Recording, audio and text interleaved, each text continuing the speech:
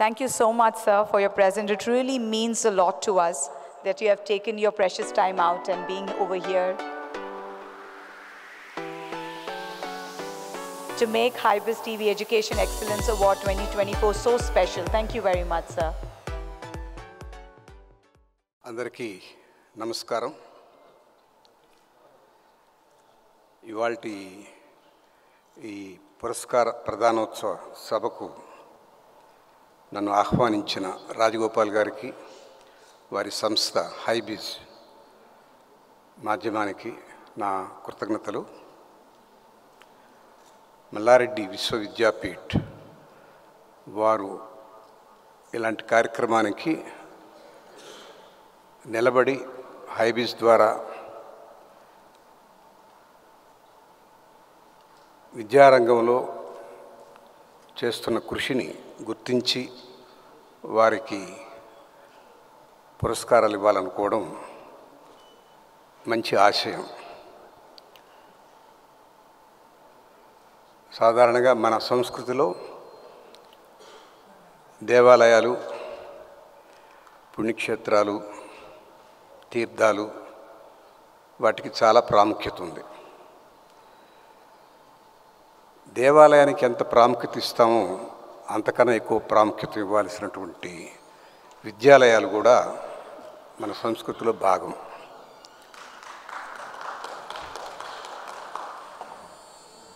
విద్యాలయాల్లో కేవలం చదువు మాత్రమే కాదు, ఎప్పుడు చదువు అనేది ఒంటరిగా ఉండదు. చదువు, సంస్కృతి ఆ రెండు జంట పదాలు, అవి కవల పిల్లలు. ఈ విద్యాలయాల్లో కేవలం చదువు కాకుండా సంస్కృతి కూడా తోడైతే దానికి ఇవ్వాల్సినటువంటి ప్రాముఖ్యతను ఇస్తే అది నిజమైనటువంటి విద్య. విద్య ఈజ్ ఈక్వల్ టు, మన ఈక్వేషన్ రాస్తే చదువు ప్లస్ సంస్కృతి, సంస్కారం.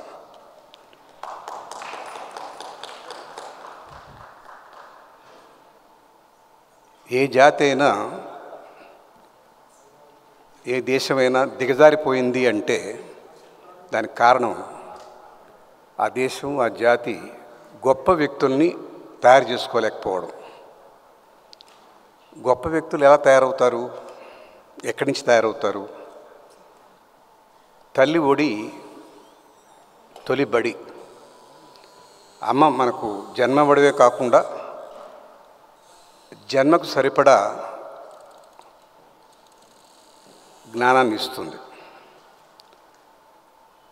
అమ్మ ఒడి దాటిన తర్వాత బడికి వెళ్ళడం మొదలెట్టాక ఆ బాధ్యతను గురువులు తీసుకుంటారు. అమ్మ తొలిమలి తప్పటడుగులు వేసే రోజులో నడక నేర్పిస్తుంది. అమ్మ, నాన్న ఇద్దరు. నడక నేర్చాక, బడికి వచ్చాక గురువులు నడత నేర్పిస్తారు. నడత, నీతి, రీతి, ఒక చైతన్యం కల్పించేది గురువే. అందుకే మన వేదాల్లో మాతృదేవోభవ, పితృదేవోభవ, ఆచార్య దేవోభవ, అతిథి దేవోభవ అంటే స్థానం మాతృమూర్తి, పితృమూర్తుల తర్వాత స్థానం గురువుదే. ఒక జాతి సమగ్రంగా పౌర సమాజాన్ని తయారు చేసుకోవడానికి మూల విరాట్ గురువే. ఆ గురువులు తమకు శారీరక బంధం లేకపోయినా విద్యార్థులని తమ పిల్లలుగా భావించి వాళ్ళకి కేవలం చదివే కాకుండా సంస్కారం, సమాజం పట్ల అవగాహన, స్పృహ,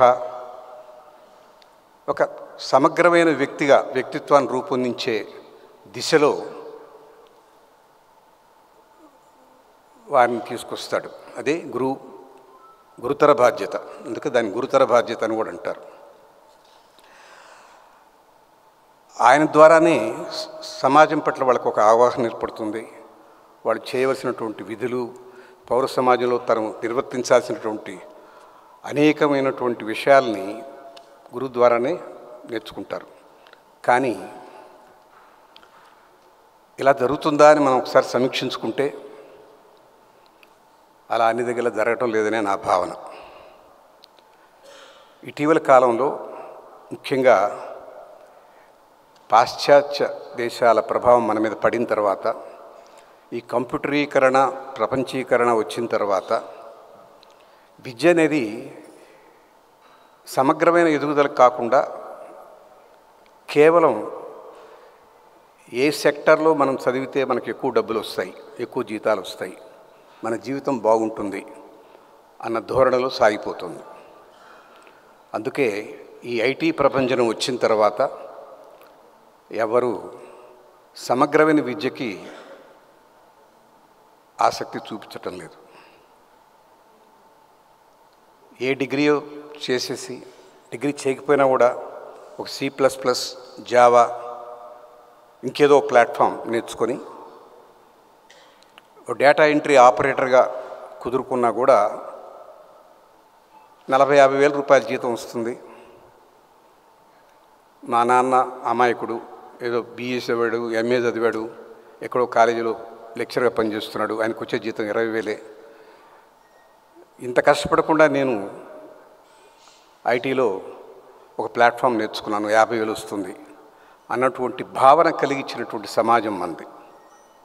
దీంతో చదువులన్నీ వక్ర మార్గాన పడ్డాయి.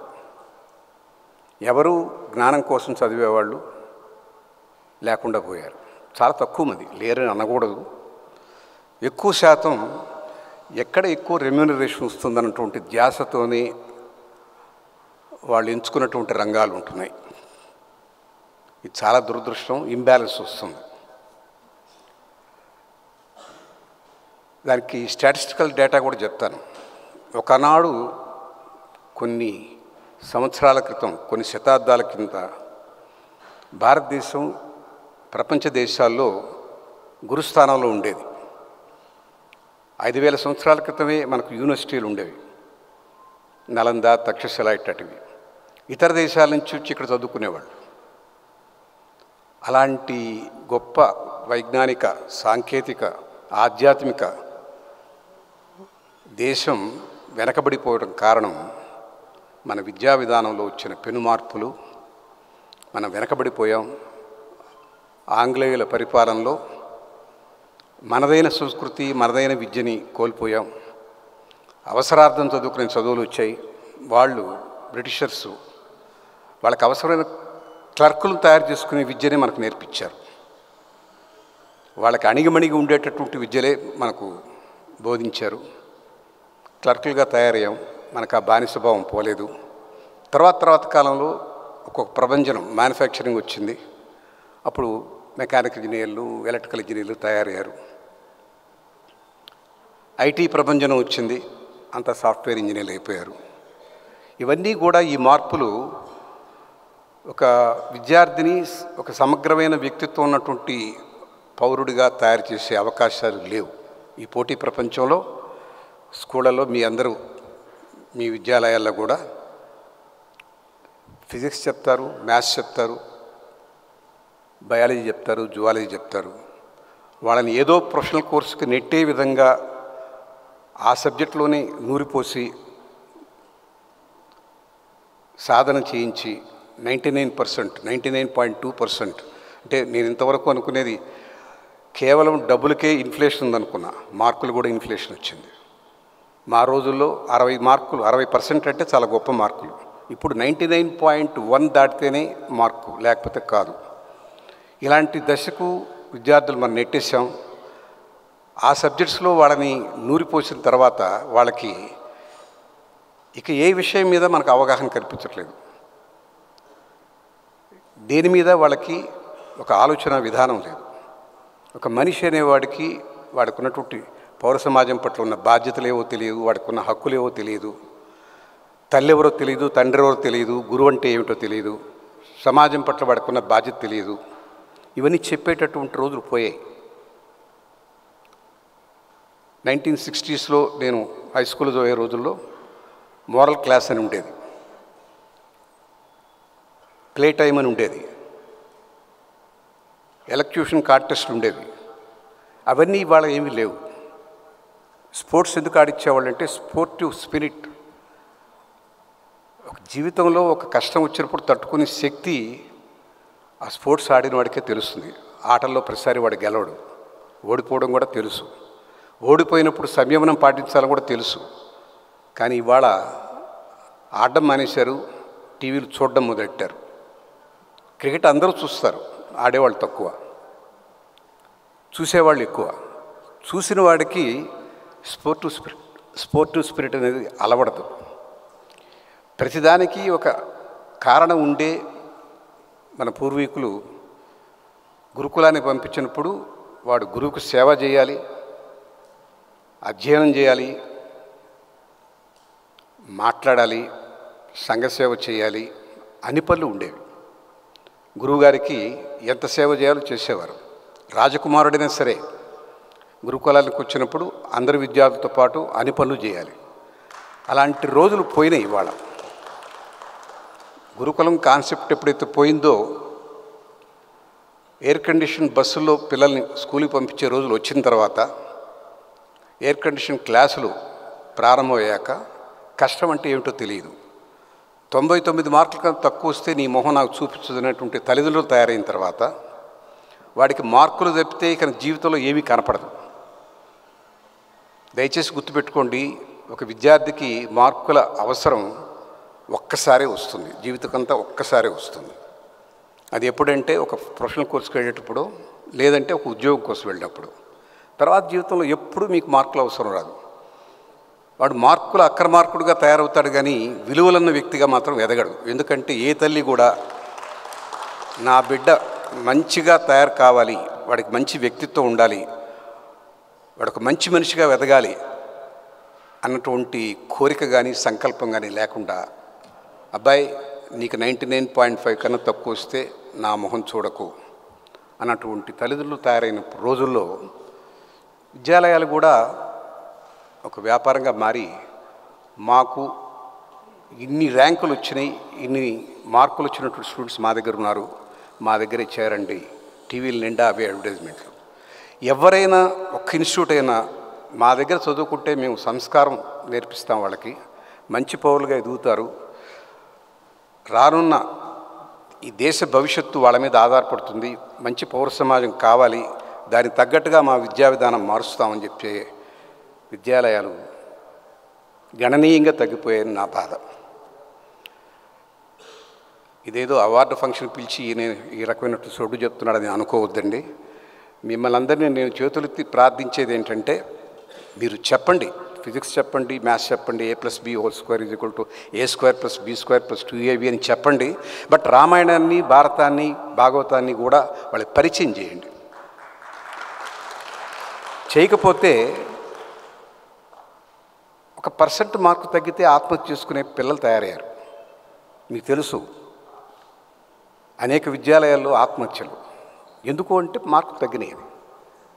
అదే రామాయణం చదివితే శ్రీరామచంద్రుడు ఒక చక్రవర్తికి కొడుకు, ఒక చక్రవర్తికి అల్లుడు. రేపు ఉదయం తెల్లారితే ఆయనకి పట్టాభిషేకం. ముందు రోజు రాత్రి నాన్నగారి కోరిక మీద అడవులకు పోయాల్సి వచ్చింది. ఆయన ఆత్మహత్య చేసుకున్నాడా? అడవికి వెళ్ళాడు. రాక్షస సంహారం పక్కన పెట్టి సొంత భార్యనే పోగొట్టుకున్నాడు. ఆయన కుంగిపోయాడా? మహాభారతం ధర్మం వాళ్ళ వైపు ఉంది, కృష్ణుడు వాళ్ళ వైపు ఉన్నాడు. దేవుడు అనుకునే కృష్ణుడు కూడా వాళ్ళ వైపే ఉన్నాడు. మహాపరాక్రమవంతుడు. 12 ఏళ్ళు అరణ్యవాసం చేశారా? 1 సంవత్సరం అజ్ఞాతవాసం చేశారా? కుంగిపోయారా? మళ్ళీ తిరిగి యుద్ధం చేసి వాళ్ళ రాజ్యాన్ని వాళ్ళు సంపాదించుకున్నారు కదా. ఇలాంటి పురాణాలు, ఇతిహాసాలు అవసరం. ఎంత మేరకు మనుషుల మీద, విద్యార్థుల మీద ప్రభావం చూపిస్తాయన్నటువంటి అంశం మర్చిపోయి అవన్నీ పాఠ్యాంశాలుగా పెడితే మనం లౌకిక సమాజంలో లేము, సెక్యులరిజం పోతుందన్నటువంటి దౌర్భాగ్యపు ప్రభుత్వాలు మన పిల్లల్ని బాగు చేయలేం. సరస్వతీ మాత పూజ చేస్తే అది సెక్యులరిజంకి ద్రోహం చేసినట్ట, ఏమిటో తెలియదు. ఒక మాతృభావంతో ఒక విద్యా మాత ఆమె మనకు అక్షర జ్ఞానం ఇస్తుందన్నటువంటి ఒక నమ్మకం, ఒక విశ్వాసం మీద, ఆ పునాది మీదనే హైందవం ఉంది. హైందవం మతం కాదు, జీవన విధానం. దాన్ని మతంగా మార్చి ఇతర మతస్థులు బాధపడతారని చెప్పి ఊహ చేసి, ఊహ కాదండి, వాళ్ళ మీద ప్రేమ, వాళ్ళ మీద వాత్సల్యం కాదు, ఇతర మతస్థుల మీద వాళ్ళ ఓట్లు కావాలి మనకు. దానికోసంగా సరస్వతీ మాత పూజ ఉండకూడదు స్కూళ్ళల్లో. అదొక మన జీవన విధానం, మన ధర్మం అని చెప్పినటువంటి పద్ధతి మర్చిపోయి, అసలు ధర్మం అనే దానికి పర్యాయ పదం, దానికి సమానాంతర పదం ఏమీ ఇంగ్లీష్లో లేదు. అందుకే మన విద్యాబోధన తప్పనిసరిగా మన మాతృభాషలో ఎందుకు ఉండాలంటామంటే, మన ఆచారం, మన సంపద, మన సంస్కృతి అంతా కూడా మన భాషలో తెలుస్తాయి. ఇంగ్లీష్ వాడికి ఏం తెలుస్తాయి? ధర్మాన్ని దానికి సమానాంతర పదమే ఇంగ్లీష్లో లేదు. వాళ్ళు ఏం ధర్మం గురించి చెప్తారు? ధర్మో రక్షతి రక్షిత అనేటువంటి సూత్రం పిల్లవాడికి చెప్తే కానీ అర్థం కాదు. చెప్పే అవకాశం ప్రస్తుతం విద్యా విధానంలో లేదు. అసలు ధర్మం అంటే ఏమిటి అని చెప్పి స్కూల్స్ ఉన్నాయా ఇవాళ? ధర్మం మీద అవగాహన కల్పించేటట్టు ఒక విద్యా విధానం ఉందా? ఇవన్నీ కూడా ఒక జాతిని పటిష్టంగా నిర్మించుకోవడానికి అవసరమైనటువంటి సాధనాలు. వాటిని విస్మరించినప్పుడు ఆ జాతికి తీరని నష్టం వస్తుంది. మీరు చూస్తూనే ఉన్నారు, గత వైభవం, భారతదేశానికి ఉన్న గత వైభవం క్షీణించిపోయి ఇవాళ మన విద్యార్థులు ఇతర దేశాలకు వెళ్ళాల్సిన పరిస్థితులు వచ్చినాయి. ఇతర దేశాల నుంచి ఇక్కడికి వచ్చి చదువుకున్నటువంటి రోజులు మర్చిపోయాం. గత వైభవాన్ని తీసుకురావాలంటే మళ్ళీ మనదైనటువంటి మన సంస్కృతి మీద, మన చదువుల మీద మనం ఆధారపడితే, కనీసం 2-3 తరాలు వీటికి కట్టుబడితే ఆ గొప్ప భారతదేశం పునర్నిర్మింపబడుతుందని నా గట్టి ఆశాభావం. దానికోసంగా ఇవాళ అవార్డులు తీసుకుంటున్నప్పుడు మీరు మనసు పెట్టి దాని మీద ఒక ఆలోచన చేసి, ఎంతో కొంత 40 గంటలు వారంలో 1 గంట 2 గంటలో మన ఆచారాల్ని, మన ఇతిహాసాల్ని, మన పురాణాలని వాళ్ళకి చెప్పే అవకాశం కల్పించండి. దానివల్ల వాళ్ళకి ఒక క్యాన్వాస్ ఏర్పడుతుంది. ఓహో, మన సంస్కృతిది. కష్టాలు ఉంటాయి, నిలబడవు ఎల్లకాలం. సుఖాలు వస్తాయి, అవి కూడా శాశ్వతంగా వెవిపోతాయి. నిలబడడం నేర్చుకోవాలి. ఓడిపోవడం కూడా జీవితంలో ఒక భాగం.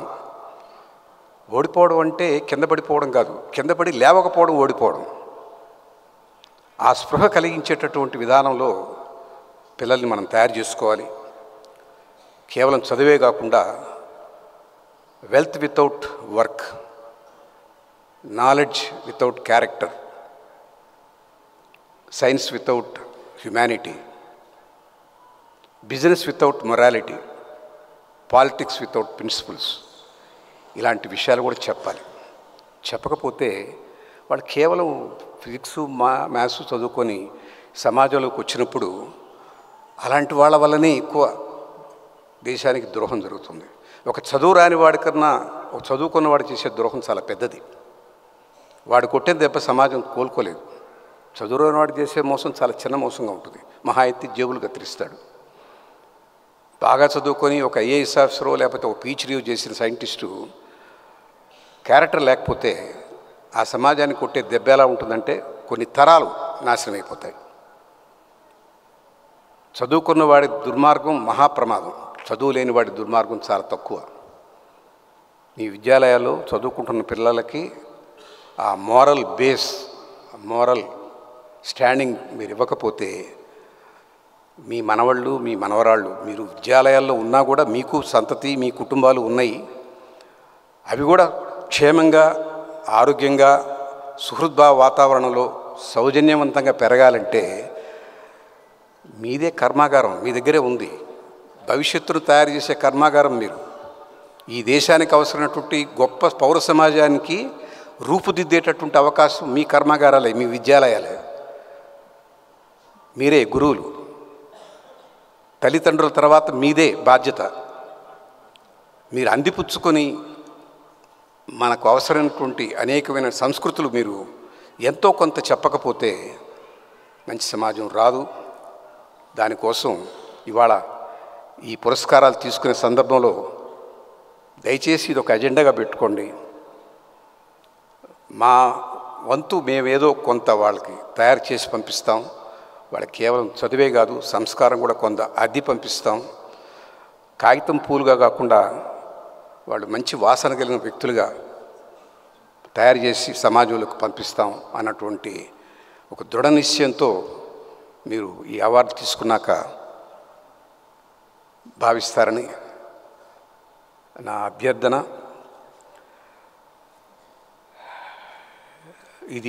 ఈ విషయాన్ని ఏదో ఇక్కడ విని ఒక ఉపన్యాసంలో విని మర్చిపోకండి. నిర్లక్ష్యం చాలా ప్రమాదం. అజ్ఞానం కన్నా నిర్లక్ష్యం మహాప్రమాదం. దయచేసి ఈ లక్ష్యాన్ని మాత్రం సాధించండి. పిల్లలకి కొన్ని సంస్కారాలు అద్దండి. వాళ్ళకి టఫ్ టైమ్స్లో ఎలా నిలబడాలో కూడా నేర్పించండి. ఎక్కడో కొటేషన్ చూశాను, tough times create strong men, strong men create easy times, easy times create weak people, those weak people they bring back the tough times. So మన సమాజం బాగుండాలంటే we have to raise our children as warriors for right cause, not as parasites on government freebies. నిరుద్యోగ భృతి వస్తుందరా, నీకేం worry లేదు, 5,000 వస్తుంది, ఇంట్లో కూర్చొని వస్తుంది అనే భావజాలం నుంచి వాళ్ళని తప్పించండి. వాడు నిలబడి పిడికిలి బిగించి నేను నా సత్తా చూపిస్తాను, నా దేశానికి నేను ఏదైనా చేయగలను, ఎవరి మీద ఆధారపడి వాళ్ళు ఇచ్చే ఉచితాలు పుచ్చుకొని బతకను అన్నటువంటి వారియర్స్గా మీరు వాళ్ళని ఉత్తేజపరచాలి నా కోరిక. మనకున్న గొప్ప సంస్కృతి ఎలాంటిదో మీకు తెలుసు. కానీ ఇప్పుడు ఇటీవల పరిస్థితిలో గణాంకాలు చూస్తే ఒక రకమైనటువంటి నిర్వేదం వస్తుంది. ఇటీవల ఒక స్టడీలో హ్యూమన్ డెవలప్మెంట్ ఇండెక్స్ అని ఒకటి ఉంది. అంతర్జాతీయంగా దాన్ని మానవ పురోగతికి ఒక సూచికగా చూస్తారు. మనం 180 దేశాల్లో 103వ దేశంగా ఉన్నాం అడుగు నుంచి. అంటే మనం ఎంత వెనకబడి ఉన్నామో, మనకన్నా చైనా 34వ స్థానంలో ఉంది. చిన్న దేశం థాయిలాండ్ 78వ స్థానంలో ఉంది. మనం 103వ స్థానంలో ఉన్నాం. మన హ్యూమన్ డెవలప్మెంట్ ఇండెక్స్ అంత ఘోరమైన పరిస్థితిలో ఉంది. ఇది కాక ఇంకోటి ఉంది, ఇంకో పారామీటర్, గ్లోబల్ నాలెడ్జ్ ఇండెక్స్, విశ్వజ్ఞాన వేదిక సూచిక. 138 దేశాల సరసంలో మనం 75వ స్థానంలో ఉన్నాం. ఇది విషాదం, నిజంగా విషాదం. ఒకనాడు జ్ఞాన గురువు అనుకున్నటువంటి భారతదేశం విజ్ఞాన విషయంలో 138 దేశాల్లో 75వ స్థానంలో పడిపోవడం అనేది భరించలేని విషాదం. వ్యక్తిత్వానికి విలువ, అనుభవానికి గౌరవం, ప్రతిభకు అవకాశం మన దేశంలో కరువైపోతూ ఉన్నాయి బికాజ్ ఆఫ్ రిజర్వేషన్స్. వాడికి ప్రతిభ ఉన్నా లేకపోయినా రిజర్వేషన్ కోటాలో వచ్చేస్తే పెద్ద అధికారి అయిపోతాడు. మన పిల్లలకి అట్లాంటి రిజర్వేషన్లో పాస్ అయినటువంటి ఒక డాక్టర్ దగ్గర సర్జరీ చేయిస్తామా? చేయించాం. అంటే మన వరకు జాగ్రత్త పడతాం. ఈ జాగ్రత్త మన వరకే కాకుండా దేశం కోసంగా పెట్టుకుంటే ఈ రిజర్వేషన్ సంస్కృతి మీరు ఆమోదిస్తారా, ఆహ్వానిస్తారా? ఆలోచించండి. ఈ పద్ధతి మారాలి. ఈ మారకపోతే ఆ విషాదం కొనసాగుతుంది, మనం ప్రమాదంలో పడతాం. మనది బుద్ధభూమి అని పేరు, ఇవాళ రుద్రభూమిగా మారింది. వేదభూమి అని గొప్పగా చెప్పుకుంటాం, వేదనా భూమిగా మిగిలిపోయింది. దీన్ని సరిదిద్దాలంటే గురువులుగా మీ బాధ్యత. తప్పనిసరిగా మీరు ఈ విద్యా విధానంలో తీసుకురావాల్సిన మార్పేం కాదు, చేర్పు. పిల్లలకి మనదైన సంస్కృతిని, మన సంప్రదాయాన్ని కొంచెం అద్దండి. వాళ్ళు మంచి మనుషులు ఎదుగుతారు. రానున్న నవీన భారతం మంచి పౌరులతో మంచి ప్రోగ్రెస్, మంచి అభివృద్ధిని సాధిస్తుంది. ఆ గొప్ప కార్యక్రమానికి గురువులుగా మీరందరూ చేయదగ్గ పనిది. నమస్కారం.